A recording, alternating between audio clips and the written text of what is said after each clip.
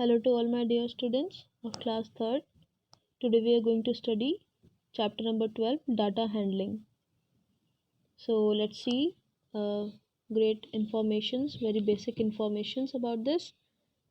And we are going to see here a very nice picture we have of some children who are playing cricket.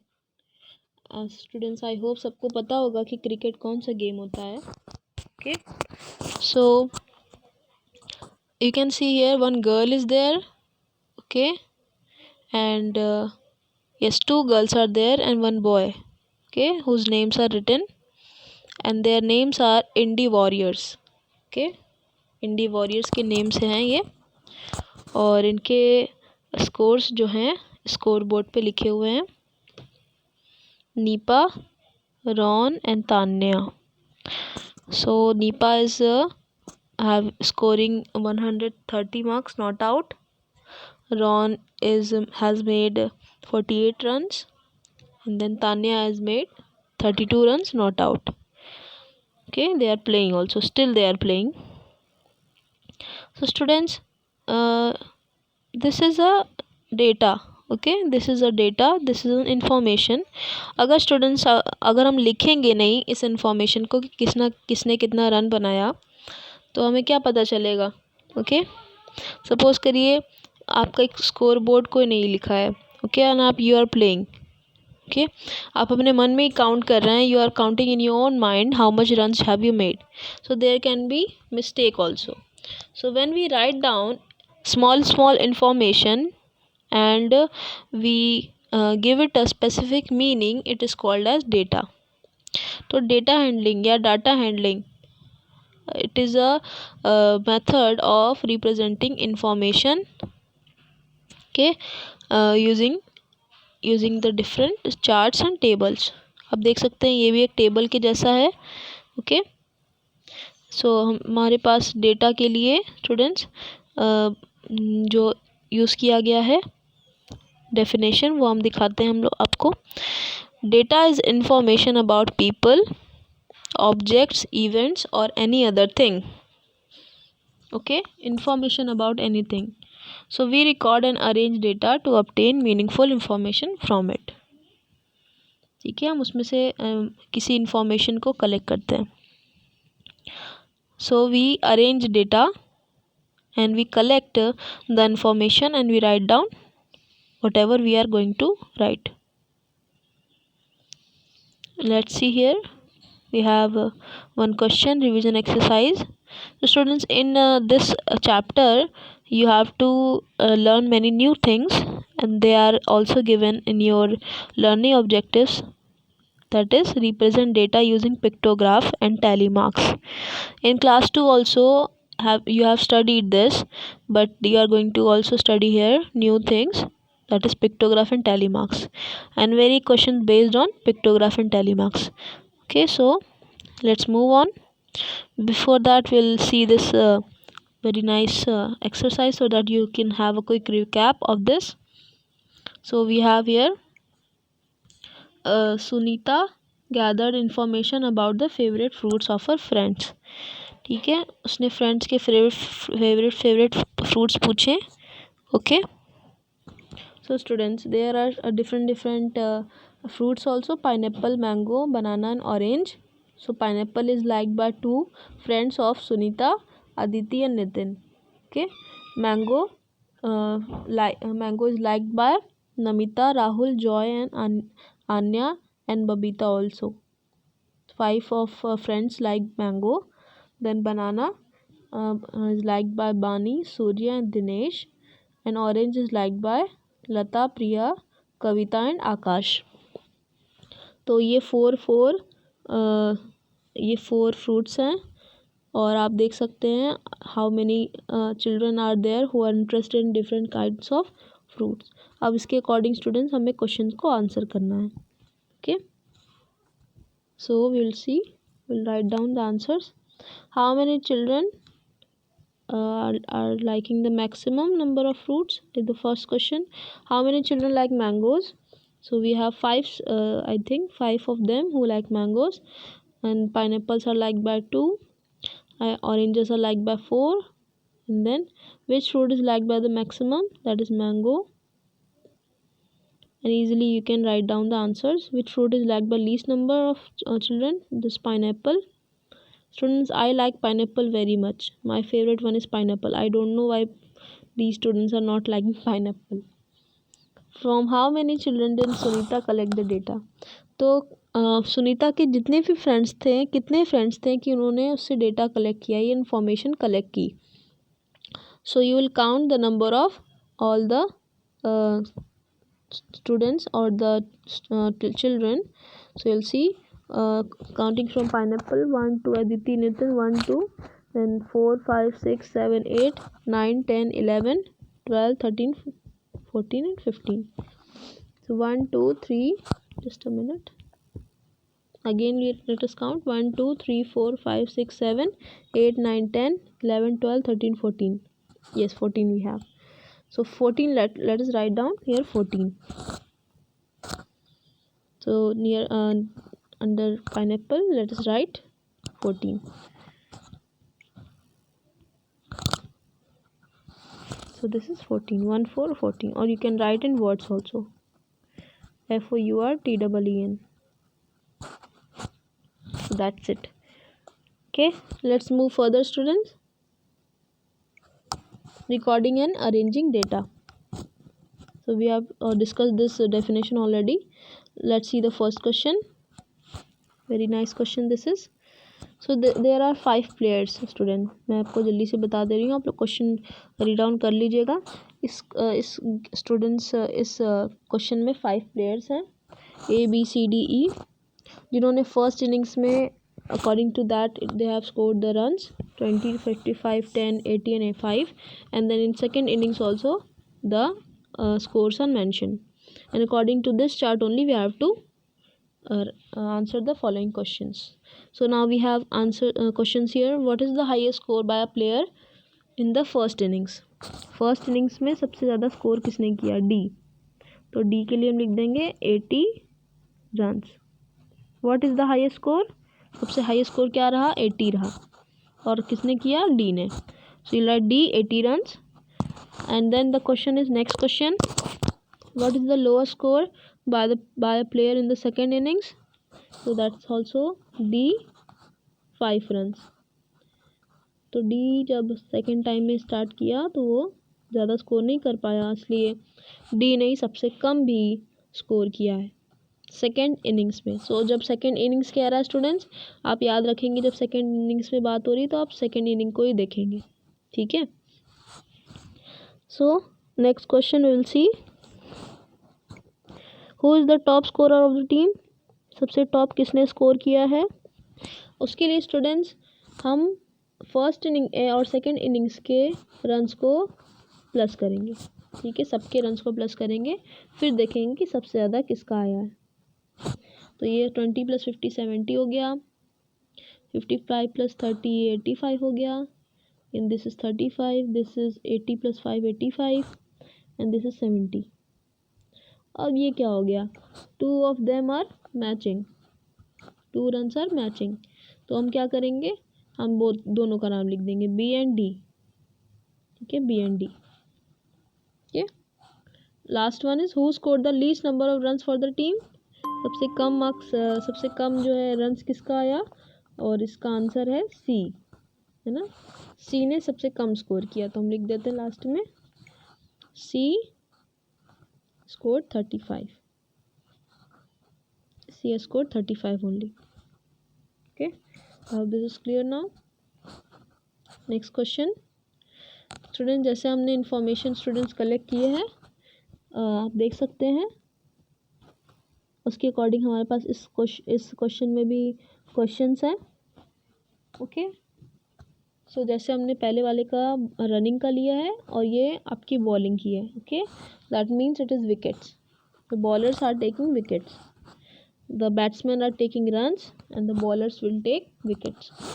So let's see, in the first inning PQRST are there, the names of the players are there who are taking wickets, and the first question is which bowler took the highest number of wickets in the first inning?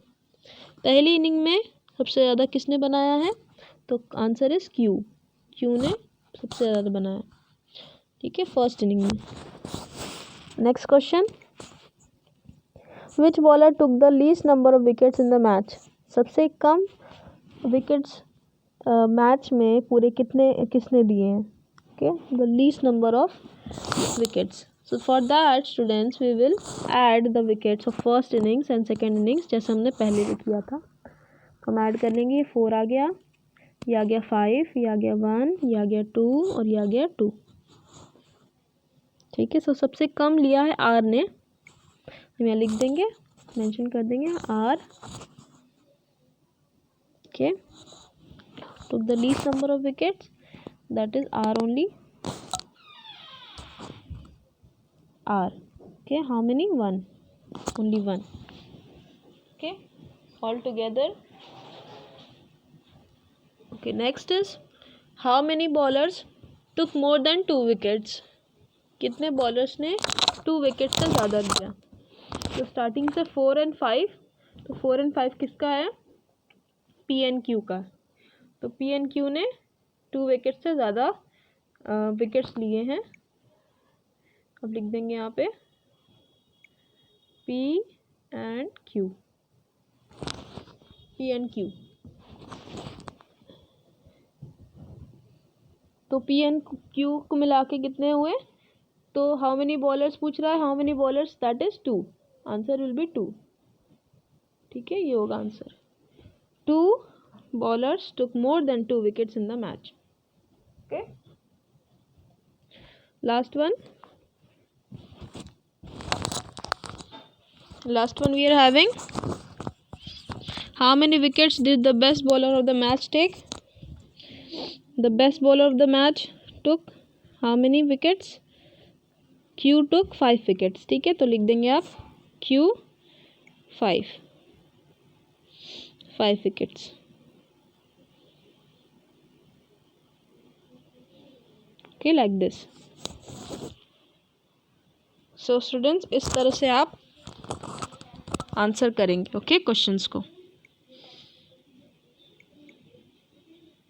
Next we will see pictorial representation of data, okay, let's see what is pictorial representation. In pictorial representation we show data with the help of pictures and symbols, ठीक है, हम pictures की मदद से, symbols की मदद से हम डेटा को रिप्रेजेंट करते हैं, ठीक है, तो such representation is called a pictograph, ऐसे रिप्रेजेंटेशन को हम कहते हैं pictograph. The number of runs scored by the first 4 batsmen of a team in a one-day match is given below. Runs scored by batsmen A, B, C, D. In the first inning, they are scoring 20 runs, 55 runs, 20 runs, 80 runs respectively. So let's see here. Let us represent the data above data pictorially. Picture से हम represent कर रहे हैं और हमारे पास यहाँ पे एक टेबल है, because you can see here. So now batsmen A, B, C, D are there and their runs. So A is making 20 runs. So A का 20 रन स्टूडेंट्स कैसे रिप्रेजेंट हो रहा है, we are taking help of the scale, ठीक है, we are taking help of the scale. तो 1 bat अगर 10 runs को रिप्रेजेंट कर रहा है, ठीक है, और अगर हाफ बैट अगर हम पिक्चर में बना रहे हैं और वो 5 रन्स रिप्रेजेंट कर रहा है, तो easily we can draw the pictures according to the runs which are made by the different players. So A is making 20 runs, so we are having only 2 full bats हैं students, जो यहाँ पे हम बना लेंगे, तो ये 20 रन्स को डिनोट कर देगा। So students always remember, always in a graph, हमेशा ग्राफ में एक स्केल होता है, जिससे हम सबसे पहले किसी पिक्चर को, किसी भी सिंबल को सबसे पहले एक स्केल देते हैं, या स्केल का मतलब ये भी ले सकते हैं आप कि एक नाप देते हैं कि किस नाप से इस पूरे ग्राफ को उसको बनाना है। तो यहाँ पे स्टूडेंट्स हर जगह ये 10 की वैल्यू रखता है, 10 10 10, बस यहाँ लिखा नहीं है, ओके, तो आपको मल्टीप्लाई करके यहाँ पे सोचना पड़ेगा इसको। Like this. और अगर कहीं हाफ बैट है तो उसको हम 5 रन मानेंगे। अब देख सकते हैं यहाँ पे, ठीक। तो ए का हो गया 20, इस तरह से 20 हो गया। बी का 1 2 3 4 5, तो यहाँ से यहाँ तक 50 हो गया सबसे पहले। 50 के बाद ये हाफ बैट बना है, तो हाफ बैट का मतलब स्टूडेंट्स क्या है, इट इज़ 5 रन्स। अब देख सकते हैं डाउनवर्ड साइड में हमने देखा भी था 5 रन्स है। Okay, back again. तो 50 + 5 जो हो गया 55, तो ऑल टुगेदर इसमें 55 रन्स है। ओके, नेक्स्ट इज ये भी 20 होगा,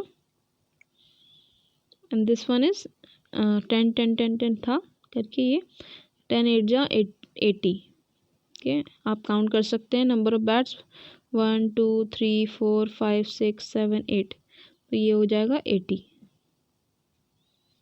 ओके, 80 रन्स। इसी तरह से स्टूडेंट्स आपको वैल्यू पता करनी है। Okay, like this.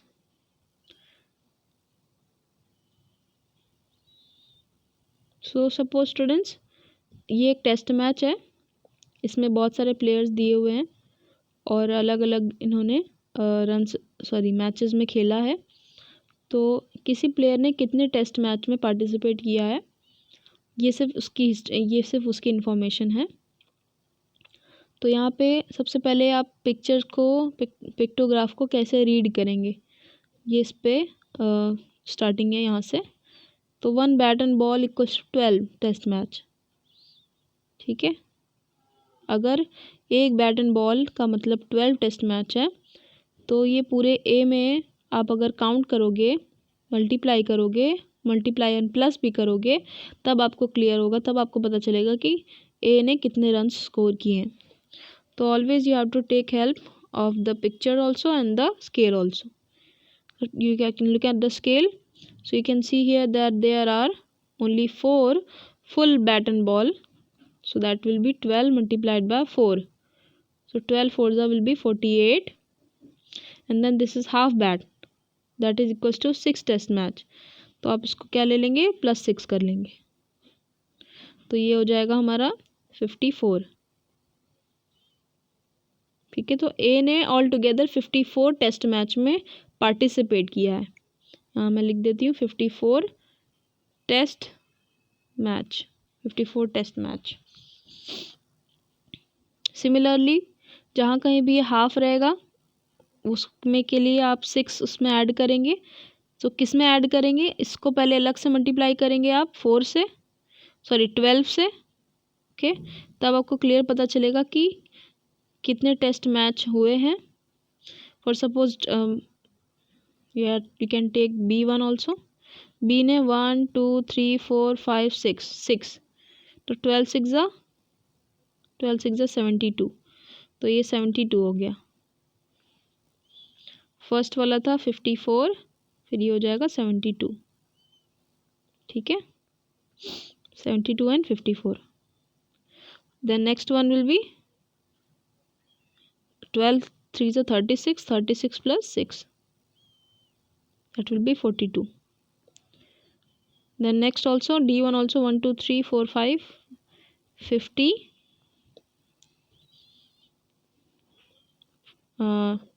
sorry 12 5s are, so 12 will be multiplied by 5 again, so 12 5s will be 60. Okay, you can see here 1 bat ball equals to 12, so 6 bat ball are there, then it will be representing, sorry 5 balls are there, so it will be representing 12 5s are, and that equals to 60. ठीक है, 12 equals to 1 bat ball, 5 आपको दिख रहा होगा, 12 5 60, and than half भी है यहाँ पे, तो हाफ का हम मतलब 6 लेंगे, तो 60 + 6 कर देंगे फिर, तो 66 आ जाएगा।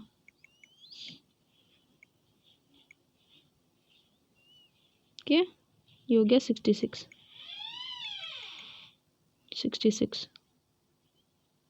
इस तरह से हम पिक्चर्स को रीड करते हैं, पिक्टोग्राफ को रीड करते हैं। ओके,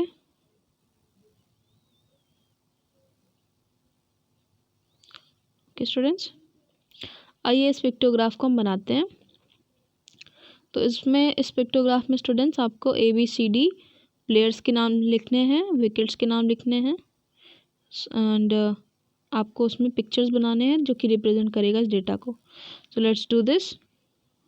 सो A ने 5 रन बनाए हैं, B ने 4 रन बनाए हैं और C ने भी 4 रन बनाए और D ने 3 रन बनाए हैं। तो हम इसको करते हैं।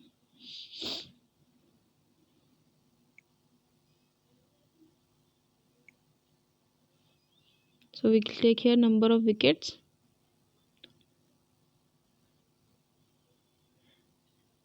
wickets, and here we have name of player.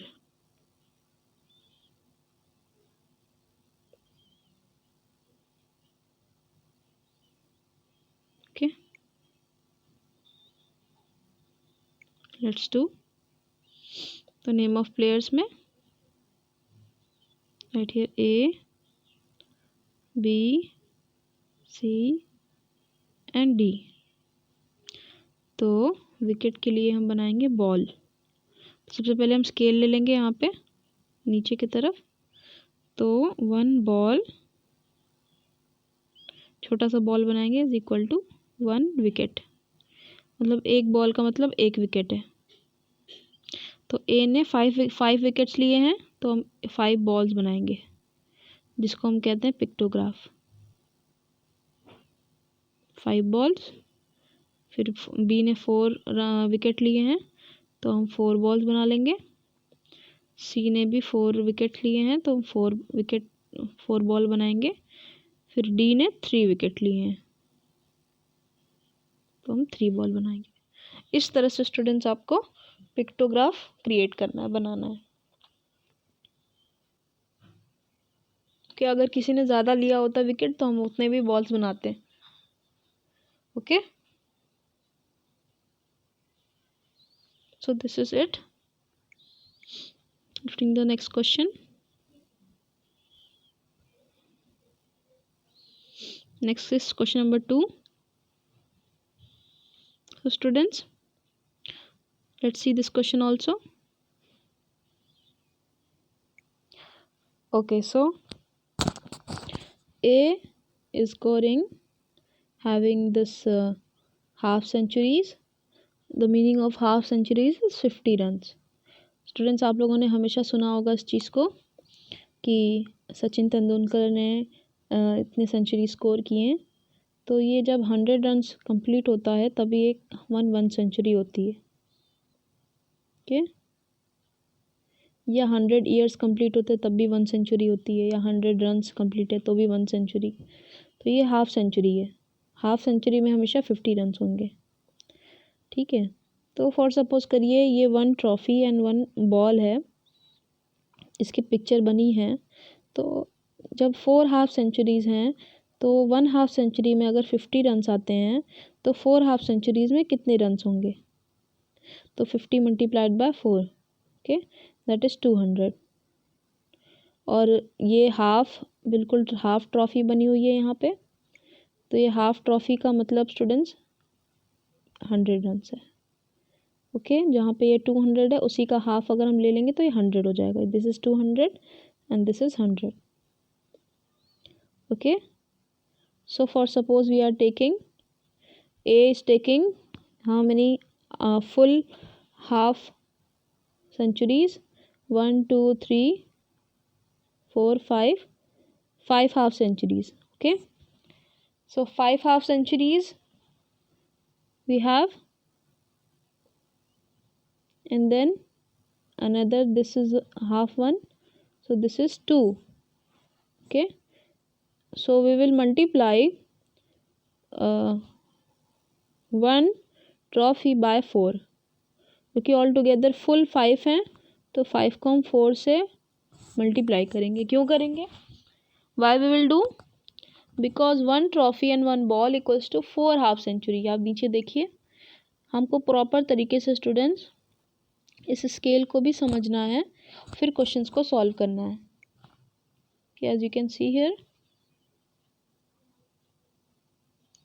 we are seeing here whatever we have, So we will say 5 multiplied by 4 equals to 20, and then this is 2 half centuries. So this will be added to this, then this will be 22. ठीक है, again ये भी है, तो 4 4 जो यहाँ 16 हो गया, 16 फिर के बाद फिर 2 प्लस हो गया तो ये 18 हो गया. देन अगेन यहाँ तक देखते हैं कितना है, 1 2 3 4 5 6 7, तो 7 4 जा 28, फिर उसके बाद हाफ है यहाँ पे, तो 28 प्लस 2 30 हो गया. फिर ये 16 है, 4 4 जा ये ले लेंगे हम 16 हो गया. ओके, देन 5 यहाँ पे डायरेक्टली है, तो यहाँ पे हो जाएगा ओनली 4 5 जा 20. Okay, 4 multiplied by 5 is 20. इस तरह से स्टूडेंट्स इसको रीडिंग करेंगे. तो यहाँ पे ऑलरेडी मैंने लिख दिया है इसको. अब इसके अकॉर्डिंग हमारे पास क्वेश्चन है करने के लिए. ठीक है, तो what is the total number of half century scored by the 5 players. Total number of half centuries, तो हमको किसको किसको ऐड करना है. हाफ सेंचुरीज का हमने वैल्यू पहले ही लिख लिया है, 22 18 30 16 एंड 20. इसको हमें प्लस करना है, तो हम प्लस करते हैं. आइए, 30 प्लस 20 50 हो गया, इसको कट कर देंगे हम. फिर उसके बाद 22 प्लस करेंगे 50 में, और then we will have 72. Okay, then now 72 will be added to 18 and 16. Now we have here 8 6, 8 plus 2 10, 10 plus 6 16, 1 carry, 7 plus 1 8 plus 1 9 plus 1 10, 106. तो ये हमारे पास आंसर आ गया है. हम लिख देते हैं, यहाँ लिख देते 106 हाफ सेंचुरीज, HALF सेंचुरीज. इस तरह से स्टूडेंट्स हमारा ये क्वेश्चन सॉल्व होगा. ठीक है, which player has the highest number of half centuries and how many. सबसे ज़्यादा हाफ सेंचुरी किसने बनाए हैं, आइए हम टेबल में देखते हैं. फिर से सी ने बनाया. यस, सी ने बनाया 30. Okay, so right here 30 half centuries. C 30 half centuries. Lowest number of half centuries किसने बनाए हैं, आई थिंक ये डी ने बनाए हैं. यस, डी ने. डी हम लिख देंगे यहाँ पे, D 16 half centuries.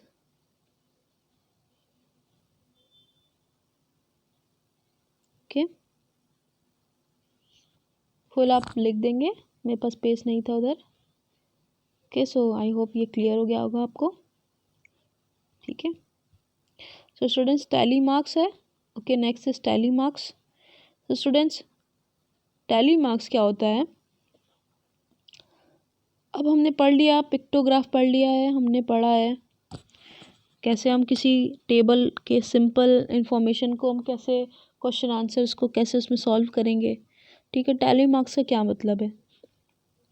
Tally marks students, after collecting the data we need to arrange it properly. जब भी हम कोई डाटा कलेक्ट करते हैं तो हमको उसको प्रॉपरली अरेंज करने की ज़रूरत पड़ती है. सो अरेंजिंग डेटा इन टेबल्स हेल्प्स अस. जब हम उसको टेबल में पूरा लिख देते हैं तो वो हमें हेल्प करता है.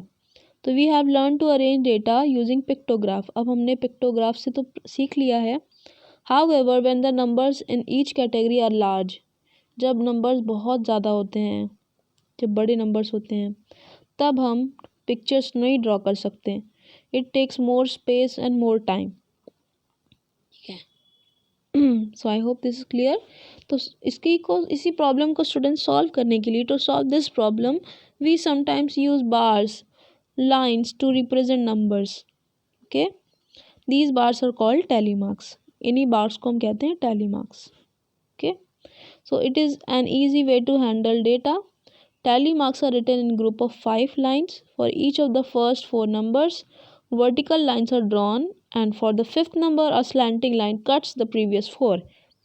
So let's see how we will make this tally marks.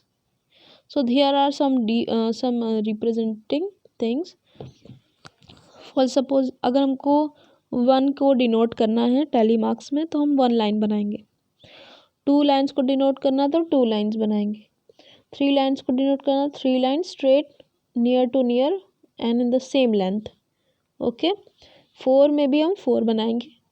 अब फिफ्थ वाला जब आएगा स्टूडेंट्स, तब आपके पास यहाँ पर स्टेटमेंट में ऑलरेडी लिखा है, and for the fifth number slanting line cuts the previous 4. तो फिफ्थ लाइन बनाने के लिए हम एक और लाइन एक्स्ट्रा नहीं बनाएंगे, उसी 4 लाइन के ऊपर हम एक स्लैंटिंग लाइन क्रिएट करेंगे, बनाएंगे, जो कि पूरे को कट करता है. इस तरह से आपके पास फिगर में ऑलरेडी आपको शो हो रहा है. 5 by like this you have to make. Okay, so now let's do the questions. So now for after 5 you can see 6. अब 6 कैसे बनाए?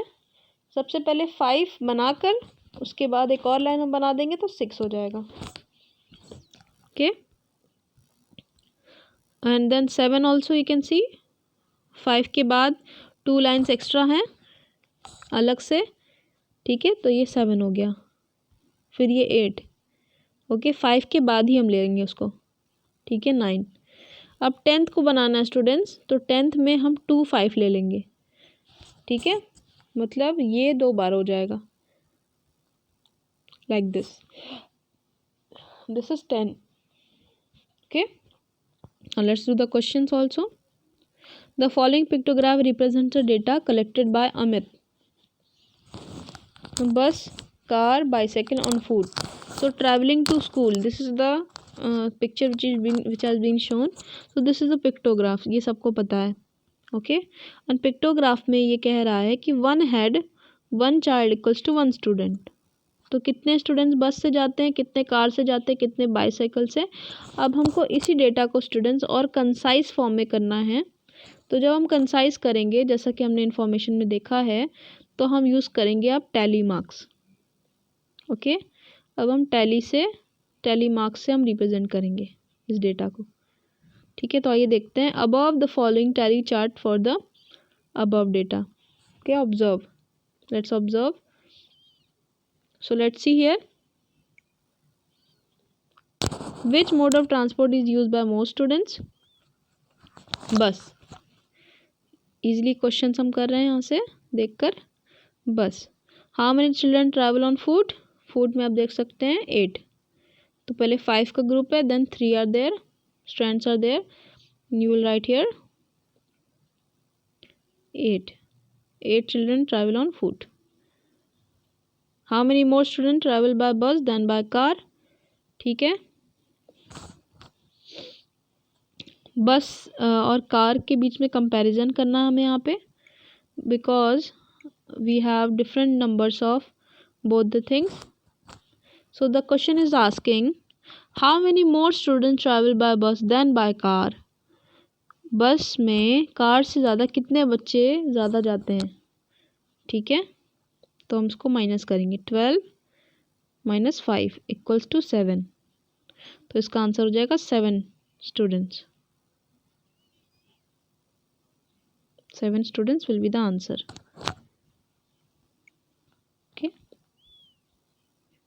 Exercise 12C. अब हमको टैली को स्टडी करना और टैली बनाना भी होगा स्टूडेंट्स. इसमें tally related exercise now we have, let's do. So how many students, first question let's C.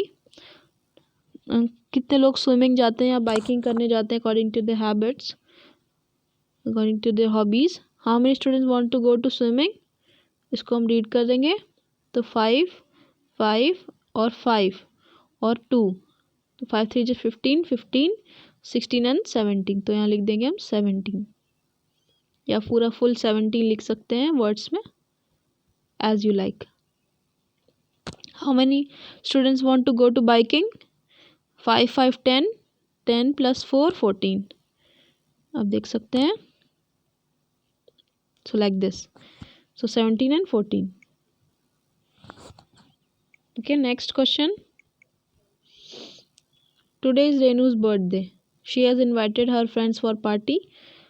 She is asked about the favorite ice cream. तो यहाँ पे favorite ice creams है students. तो वनीला 7 लोगों को वनीला पसंद है. Chocolate is liked by 6. Butterscotch is liked by 10. Blackcurrant and strawberry. These are the ice cream flavors. So how many children like how much? We have to mention them in tally marks. Now let's do this. So vanilla is 7. So we will make 1, 2, 3, 4. And then fifth one we will cut as we have told. This is 5 and then 2 strands for vanilla. And chocolate 1, 2, 3, 4, 5. Then 1, 6.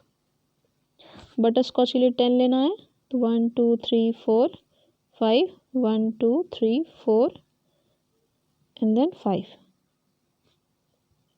I hope ये clear है आपको. बिल्कुल इसमें मुझे दिक्कत हो रही है स्टूडेंट्स बनाने में. आप कॉपी में बिल्कुल स्ट्रेट लाइन से बनाना है. Okay. Then again black currant is 7. Strawberry is 4. Let's make this also. Black currant is 7.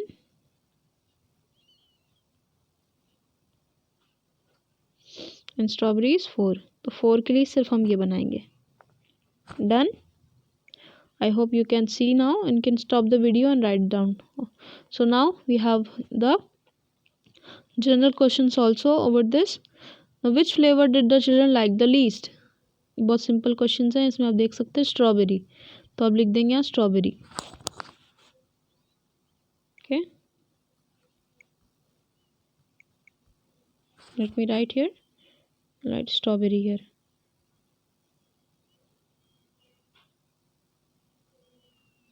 Next is how many children opted for black currant? Black currant is liked by 7. Okay.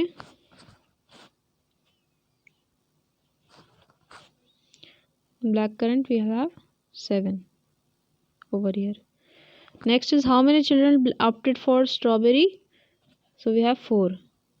4 for strawberry. How many children like butterscotch more than vanilla? So butterscotch is 10. And vanilla I think it is 7. Yes.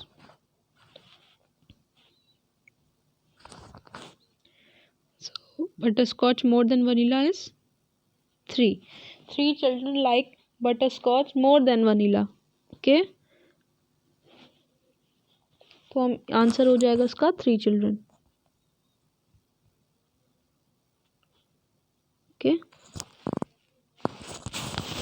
Next is E. How many children were there in all? Okay. How many children were there in all? कितने children थे सब together मिलाकर?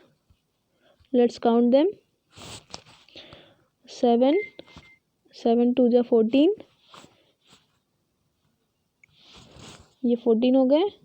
14 plus 10 24. 24 plus 6 plus 4 again 10. And 24 plus 10 is 34. 34 students. तो 34 हम यहाँ लिख देंगे. Okay. 34. Okay students, so we have here next question. So we have here outdoor visit undertaken by students of class 3rd. जैसे आप लोग पिकनिक पे गए तो मैं आप लोगों से पूछूं कि आप लोग कहाँ जाना चाहते हैं. Science museum, IT park, zoo museum, railway museum और monument. Where you want to go. So this is a pictograph and now we have to write the answers based on this. Which outdoor visit is the most popular? So you can see here one scale is given. One head is equal to 3 students. One head equals to 3 students as given in the chart.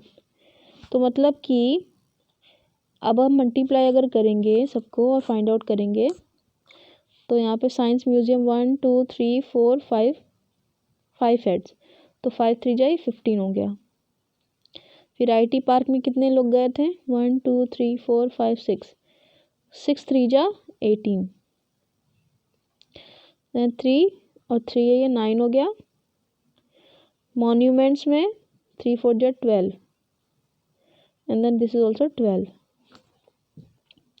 ठीक है, तो which outdoor visit is the most popular, सबसे popular outdoor visit कौन सा है, सबसे ज़्यादा जहाँ पे लोग जाते हैं वही पॉपुलर है ऑब्वियसली। सो IT पार्क, तो पहला वाला आंसर होगा IT park. Okay, let's write down IT park. Next is which outdoor visit is the least popular, जिसमें सबसे कम हेड्स हैं वही सबसे कम पॉपुलर, दैट मीन्स जू। जू, सो let right zoo. Which two visits are equally liked, कौन से दो विजिट्स हैं जो इक्वल लाइक होते हैं, monuments and railway museum. Let's write here monuments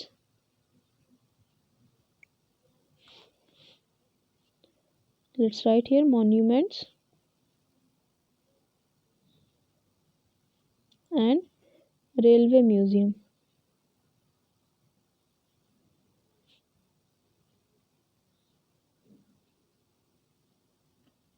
ठीक है, how many students visited the monuments, कितने स्टूडेंट्स ने मॉन्यूमेंट्स को विजिट किया। तो सिर्फ मॉन्यूमेंट्स के बारे में पूछा है तो हमने इसको फाइंड आउट किया था, 3 4 जा इट इज 12। ओके, तो 12 हम लिख देंगे नीचे। Let's write here is 12। Okay, like this we will do the questions. We have already done this question number 4th and 5th are left.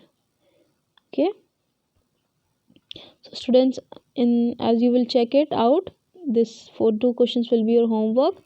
I have told you enough questions and this is 4 and 5 are your homeworks, and then we are finishing with the course. So students, I hope you have done this, and worksheet I will give in the test. So worksheet is also left. Okay, so we have 2 questions in the worksheet and altogether 4 questions are left. So this is your homework students, rest of the questions are your homework. If you don't know any question, please ask me, I will explain you everything. Okay, so students, thank you for listening to this explanation, all this explanation. I hope you have understood everything. Thank you all, have a nice day.